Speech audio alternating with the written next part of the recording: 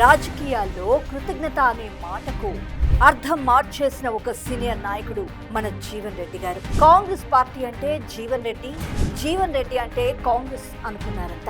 ఒకటి కాదు, రెండు కాదు, ఏకంగా 14 సార్లు పోటీ చేసే అవకాశం ఇచ్చి నెత్తిన పెట్టుకుంది కాంగ్రెస్ పార్టీ.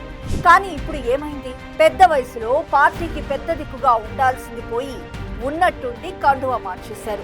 అసలు ఆశ్చర్యం ఏంటంటే, నిన్నటి వరకు ఏ కారునైతే తిట్టారో ఇప్పుడు అదే కారుకి కాంగ్రెస్ పైనే విమర్శలు గుప్పిస్తున్నారు.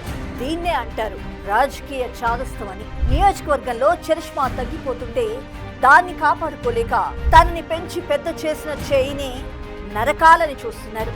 ప్రజాప్రభుత్వంపై ఇష్టం వచ్చినట్టు మాట్లాడుతుంటే చూసే వాళ్ళకి ఒక్కటే అనిపిస్తుంది, ఇవి అనుభవంతో మాట్లాడే మాటలు కావు, కేవలం రాజకీయ స్వార్థం ఆడిస్తున్న నాటకాలని. నీడనిచ్చిన చెట్టునే నరికేసే ఇలాంటి స్వార్థ రాజకీయాలను చూసి జనం నవ్వుకుంటున్నారు. జీవన్ రెడ్డి గారు, రాజకీయం అంటే పదవులు మాత్రమే కాదు, కొంచెం కృతజ్ఞత కూడా ఉండాలి కదా. 60 ఏళ్ల అనుభవం అంతా స్వార్థానికేనా?